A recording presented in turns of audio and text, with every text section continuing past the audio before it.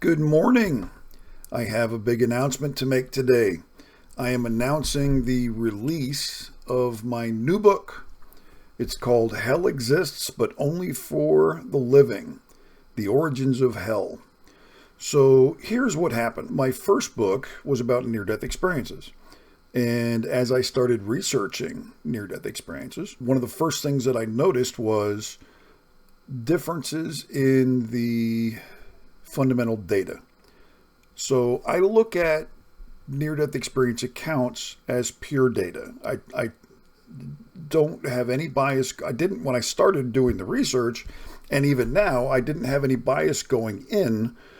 I just looked at near-death experience accounts as data. And then, of course, when you're doing the analysis on the data, I'm looking for consistency. So what are the things that repeat? What's the overall flavor, the overall tone? And it's peace and love and joy and happiness and welcoming and a feeling of coming home and just an overall embrace of everything good, basically. Nothing bad at all. Just it's like it's okay. You're going to be fine. And all your questions get answered. You go through the life review process, but there's no negativity there. There's no judgment. It's all just acceptance, and it's okay. It's fine, and you're going to be okay. So that's the overall theme. But when you start looking at near-death experience data, as it's presented on the internet, there were occasionally these accounts that would pop up that were completely different. It was terror and fear and hellscapes and fire and brimstone and basically all of this fear imagery. And I'm like, whoa, what's going on with that? So if you dig into those a little bit deeper, a lot of times it was, I was in this terrible accident, or I had this terrible health complication or something, and da-da-da-da-da, and then break, and then my NDE started, and then my near-death experience started. But what was missing there was a clear definition of an actual clinical death. So the person telling the story simply was, I had this medical issue, and then my near-death experience started. And I'm like, well, that's consistent in that the lack of a clinical death there was consistent. And that's how I sorted my primary data for the first book. I was like, okay, so if I don't see a clear-cut clinical death being reported, then I'm going to set that stuff aside and just say it's just something. It's an outlier. And the percentages were relatively small. I'm talking maybe 10, 15% or something like that. It wasn't like half of the data was like that. It was a small percentage, But I knew it was off. I identified it as something wrong with it. I didn't know what at the time. So I effectively quarantined that. When those kinds of things popped up, I said, okay, this is the weird stuff, and I'm going to set it aside just because it didn't match my criteria for a clear-cut, reported, documented clinical death. I mean, flatline. Boop. You gotta be dead to have a near-death experience. Was just what I wanted to go with. And these other things were weird, but I didn't know how. So I wrote the book, and then when you study what happens in a near-death experience, you don't see that kind of imagery with fear-based, hell, scary things. It's not there. The only time the word hell came up at all during a near-death experience is when people were saying, well, I had to, when I went through my life review, that and let's say, for example, there was one that sticks out at me. There was a woman who died from an intentional overdose. She was a drug addict, and she overdosed on purpose because she had just decided that she didn't want to play anymore, and that was the cause of her near-death experience. And when she went through her life review, she said repeatedly, it was like hell. I was going through hell. It was a hellish experience. But what she was trying to express was that it was distressing for her personally because she was forced, or not forced, but she was given the opportunity to review all of the bad things that she had done, and mostly to her own children, her own family members, all of the pain and suffering that she had caused the people that were closest to her because of her addiction. So it was, but it was, again, presented in a loving and a caring and an understanding kind of scenario as a growth mechanism so that she could see what she had done wrong and how she could change and improve. And again, the entire point of coming here at all is so that your soul can grow and you can be a better person. But it was not presented as, and then the devil bit my toes off, or lit my hair on fire or something like that. It's just not that. That's not the way it was. It was her describing that it was uncomfortable for her, and that framing was consistent across everything that was in the near-death experience from the data that I had separated off to the side. So that was common. That idea of people describing their life review as an uncomfortable thing.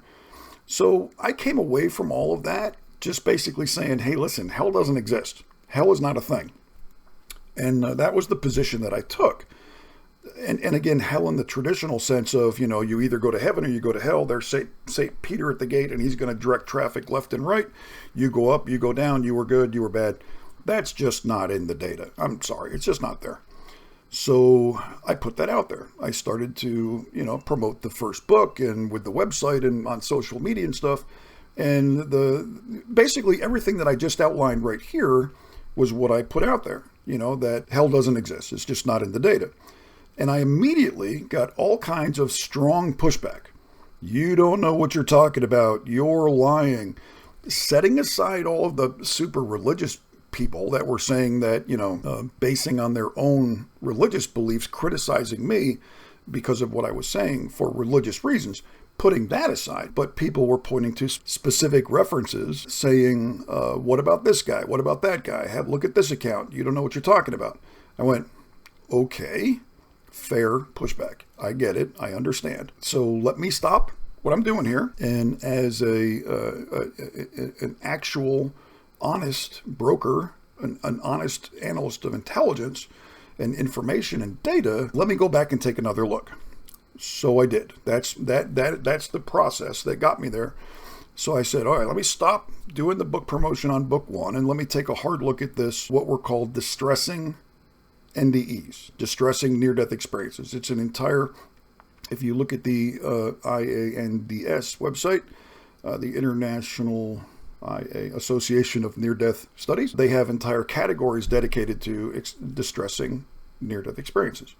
So I dove into that. It's like, okay, so the question becomes, where does that come from, right? And if you look at those kinds of experiences, to cut to the chase here, what it comes down to is comas. So people that are in a coma very often, and I'm not going to, read the whole book to you here, but what it comes down to is there's three kinds of comas. There's a blink coma where the person, and these are medically induced modern comas. We give you a shot, you go out, you close your eyes, you wake up, and it's 3 weeks later, and you had no experience at all during the coma. You were just out. You were so heavily sedated that you don't remember a thing. Okay, that's a blink coma. The other one is what I call a happy coma. So somebody goes into a coma, and again, normally it's a medically induced coma, and it's like a dream. It's just kind of nothing really either positive or negative. It's just a kind of a dream state, and there's no real connotations to it in either one way or the other. Now, the third category, and this was really strong, and here's the nice part, it's really extensively researched and documented in the medical data for people who emerged from comas or they were heavily sedated in the ICU or what have you, and they come out really screaming and in terror and fear, and they're having these episodes. It's very, very common. So in ICU cases and in coma cases. So if you extrapolate that out, right, it becomes apparent that fear is the motivator there. Okay. So let's say, for example, here's the scenario that I use to describe this. Imagine that you are a woman in your early 30s and you are driving home from work. You have just picked up your two children. You have a 2-year-old and a 4-year-old in car seats behind you. They're strapped in safely. You got them from daycare, and now you're on your way home for the evening. What you don't know is that coming this way, there is a police pursuit. There's some dude driving a big pickup truck, and let's say he's drunk and on drugs and running from the police, and he's got warrants and, lights and sirens in there. Woo! So this guy's going as fast as he can to get away from the cops. Now, back to the woman in the car, she's just driving home normal, looks and says, okay, I got a green light, I can go through this intersection, and then bluey, that truck coming 100 miles an hour just completely smokes her car, okay? Her car is crushed, it flips on its roof, the metal is crushed to the point where she's completely trapped in the car and she can barely move a finger. She's hanging upside down in the car, she's severely injured, she can hear her children screaming in the back. Of course, they're freaking out. She's trying to get out, but she can't move. She smells smoke, and now she can see flames coming out of the engine compartment, and she is just absolutely terrified. And her brain is going, because this is what the brain does. It motivates you through fear. This is a scary situation. Your car's on fire, you're severely injured, your children are in the back seat, and your brain is going, move, move, move, get out, come on, you got to do something. You know, your brain is trying to get you to act, but you can't. You're trapped, you're immobile, you can't do anything to help yourself or to help your children, and then she passes out because of her injuries. She has a concussion. She's got internal injuries. She's got all kinds of things going out. But that right there is the last thing that her brain has to work on before the body goes offline. She goes into a coma. That's the last information that her brain gets to process, because now she's in a coma. What she doesn't know is the cops show up, the police show up. The cops and police are the same thing. The fire department shows up. They put the fire out. They extract her from the car. She's alive. She gets, and her children are fine. They put her on a gurney. They put her in an ambulance. They take her to the hospital. She goes into the ER. She's all banged up, and she's in a coma. Okay, so they begin to treat her medically. Now, when you're in a coma in a modern medical situation, they can support the continued physical function of your body with all kinds of things. IVs, with breathing assistance, with ventilation, vent tubes. They can do feeding tubes. They can do all kinds of things to keep you alive as your body heals. Okay? Now, that is what is called a fear coma. So someone who is in a severe state of fear at the moment of going into the coma. Let's say that they're in a coma for weeks, okay? What's going on in the brain all that time? Think about it. The last thing that the brain knew was all of that terror. So it goes, it ramps up the imagery. The imagery gets worse, not better. It's like, come on, because your brain is frustrated. It's going, come on, how come? Normally, when I throw fear at this body, it runs away, it fights, it freezes, it does whatever it's going to do.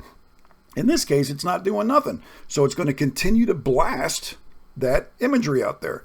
That's what's going on in your brain the whole time. That's a fear coma. And when the person wakes up, the first thing this woman does is going, oh my God, because as far as she's concerned, she's still in a car and the car's on fire. Then she wakes up and it's like, oh, geez, oh, but where am I, Okay, now that can start to calm down. What happens there? Severe PTSD. A lot of people who have done this, been in a fear coma and survived it, they have severe PTSD for the rest of their lives because of this situation. Now, all of this stuff is clearly documented in the medical record. Look it up. Hit the Google thing. Go find out. You'll see everything that I'm talking about. It's right there. Now, here's the difference when it comes to, go back to that contaminated near-death experience data that I was dealing with. If you go back and look at those, you'll see I was driving. I had this terrible accident. The last thing I remember was this, and then my NDE started. What's lacking there? Exactly what I filtered out in the first place. Evidence of a clear clinical death. This woman in the car never died. She never had an NDE. She never had an out-of-body experience. She never had any of the things associated with a normal, regular, run-of-the-mill NDE. She had an accident, and she was in a coma, and she saw all of these things. And a lot of these distressing NDE experiences are exactly that. It's when you look at them and you realize, if you look hard for that clear-cut physical death, it's not there, which means the person never died, which means it's not an NDE at all. It's because of the fear coma, it's a hellish experience. The brain generates all of this hellscape imagery. Now, what about the mixed cases? This is where it gets really interesting. There are cases out there where people who had both, they either get sick or injured, they go into a coma, they have an extended period of this fear coma stuff, and then they also actually physically die as part of that experience. What happens? A complete shift to the NDE structure, right? Now it's peace and light and tunnel and talk to God and life review and go to the garden and meet the ancestors and all the typical stuff. But then they come back to their body. But what body do they go back into? The one in the coma.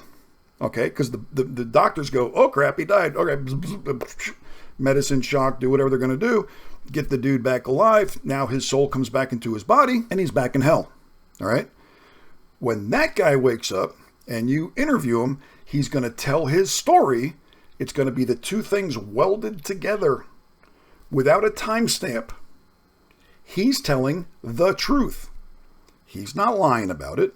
He's not making it up. This is his experience.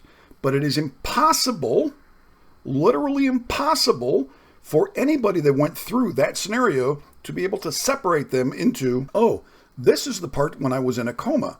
That's the part when I had an actual NDE. So that's why you have these hell mixed with heaven kinds of situations. Anyway, that is the book in a nutshell. I go through all of this stuff. I do a deep dive on the medical research, the history of it. And here's the really cool part. When you realize that comas, not naturally occurring comas, in my book, I've got a guy that gets stomped into the ground by an elephant, okay, and it whacks him in the back of the head, and that's what puts him into a coma. You have to ask yourself, why is it that hell arises spontaneously in the whole globe, around the world, any place that there's humans, with no contact between those civilizations? It's because the entire concept of hell comes from fear comas. And those can happen anywhere that there are humans. If somebody gets injured or sick, I don't know, bit by a rattlesnake, fall off a cliff, you name it, something puts them into a coma and they survive it. I'm not talking medically induced modern comas. I'm talking what happened 100,000 years ago. 100,000 years ago, okay? None of this is documented in any kind of writing, because writing was only invented 5,000 years ago. I wish I could hold up a cover of the book. The print edition is not available yet. It's still in review on Amazon. This just got released this week. The ebook version is available. It's called Hell Exists, but Only for the Living. And then the subtitle is Origins of Hell. So please look it up. Of course, in the description for this video, there will be links and stuff. Please do all of the social media things, like, follow, share, spread it around, leave a comment. If you think that this is complete hooey, then tell me why. And because here is something else I want to emphasize. This entire book project came about as a result of reply and comments and criticism from earlier things that I posted, like this, all right? So don't be afraid to comment, and please tell me what you think. Keep an open mind, and just consider the possibility that this is where the entire idea of hell came from in the first place. Now, interesting to note that as part of the near-death experience data research as well, a lot of people die as a result of overdoses. So they're doing 6 different kinds of drugs, and then that kills them. So as soon as they cross over, right, all of that drug stuff goes away, because you can only drug a living brain. You cannot drug a soul. So as soon as the soul leaves, then the drugs have no more effect on the soul, right? Same thing happens with hell, bro. The same thing happens with hell. Hell comes from a living brain, not a dead person's body. You can't go to hell if you're dead. You just can't. It ain't there. Anyway, that's what's in the book. Again, non-biased. I'm not trying to convince anybody of anything. If you believe what you believe, then God bless. Off you go. Have a great time. Knock yourself out. I don't care, and I'm not trying to change anybody's belief system. Please check out the book. I hope you enjoy it. Thank you very much, and have an amazing day. Bye now.